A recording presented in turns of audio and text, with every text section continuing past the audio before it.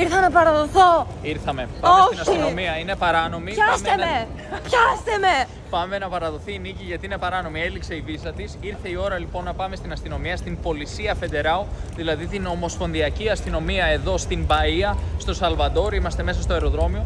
Θα ανέβουμε άλλον ένα όροφο και πηγαίνουμε στο γραφείο. Λες να έχουν χειροπέδες? Δεν ξέρω, θα το ανακαλύψουμε πολύ σύντομα. Πάντως, εγώ είμαι πλήρως προετοιμασμένος να κάνω ό,τι χρειαστεί. Θα πάω σπίτι, θα πιω ένα καφεδάκι, θα πάρω τηλέφωνο δικηγόρο. Θα κάνεις ό,τι χρειαστεί για να με διώξει από τη χώρα. Για να παραμείνει μαζί μου εδώ η νίκη, να σώσουμε την κατάσταση.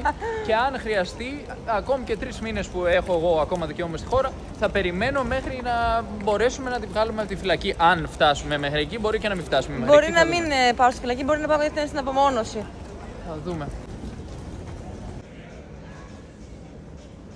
Αυτό που έγινε είναι το εξής. Τα καλά νέα βασικά είναι ότι θα μείνω άλλους 2 μήνες, νόμιμα πλέον στη χώρα. Πλήρωσα ένα πρόστιμο γύρω στα 16 ευρώ για τις 3 μέρες που έμεινα παράνομα στη χώρα. Δεν τη συλλάβανε τελικά? Όχι.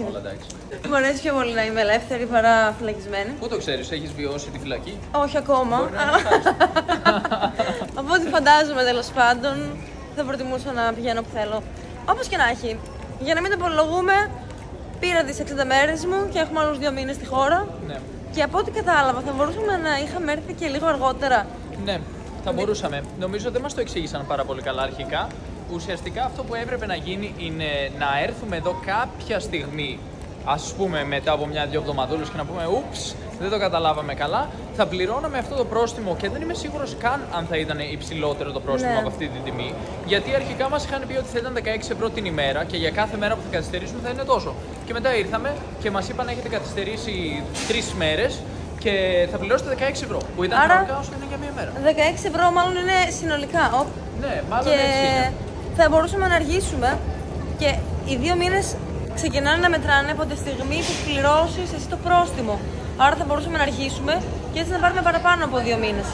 Αλλά όπως και να έχει, εντάξει, ζούμε και μαθαίνουμε. Ναι, σε όποιον λοιπόν επεξεργάζεται αυτό το σενάριο και θέλει να μείνει λίγο παραπάνω στη Βραζιλία, ενώ του λύγει η τουριστική βίζα η τρίμηνη, μπορεί να πάει στην αστυνομία, στην Πολισία Φεντεράου, την Ομοσπονδιακή Αστυνομία και να ρωτήσει αν μπορεί να έρθει λοιπόν μετά από τους 3 μήνες και να κάνει αυτή τη διαδικασία.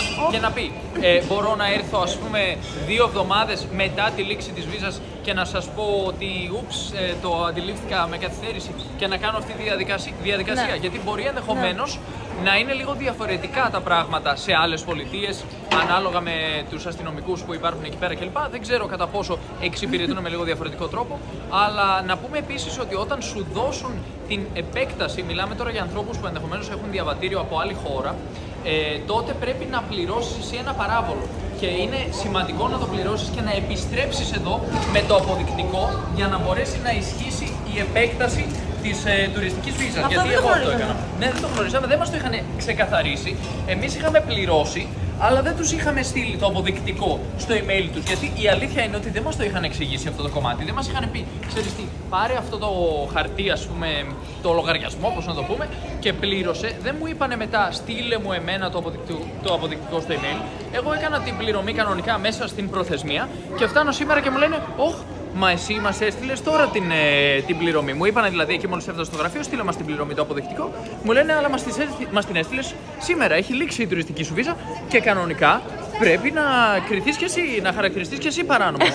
Και λέει, όμως θα σου κάνουμε μια χάρη, επειδή η πληρωμή ήταν μέσα στην προθεσμία, ας πούμε, εντός της προθεσμίας, είμαστε εντάξει, είσαι νόμιμος, εσένα σου έχουμε κάνει την επέκταση κανονικά. Και να πούμε ότι ο λόγος που κουβαλάμε και όλοι μας την τραμάτια στο αεροδρόμιο δεν είναι για να ταξιδέψουμε, ήταν για να κάνουμε αυτή τη διαδικασία και θα μετακομίσουμε επίσης. Ήμασταν προηγουμένως στην Praia do Forte και τώρα θα πάμε στο επόμενο σπίτι μας που είναι στο Πελωρίνιο, στο ιστορικό κέντρο του Σαλβαντόρ, όπου θα μείνουμε μερικές μέρες πριν μεταβούμε στον επόμενο προορισμό μας που... Chapada Diamantina.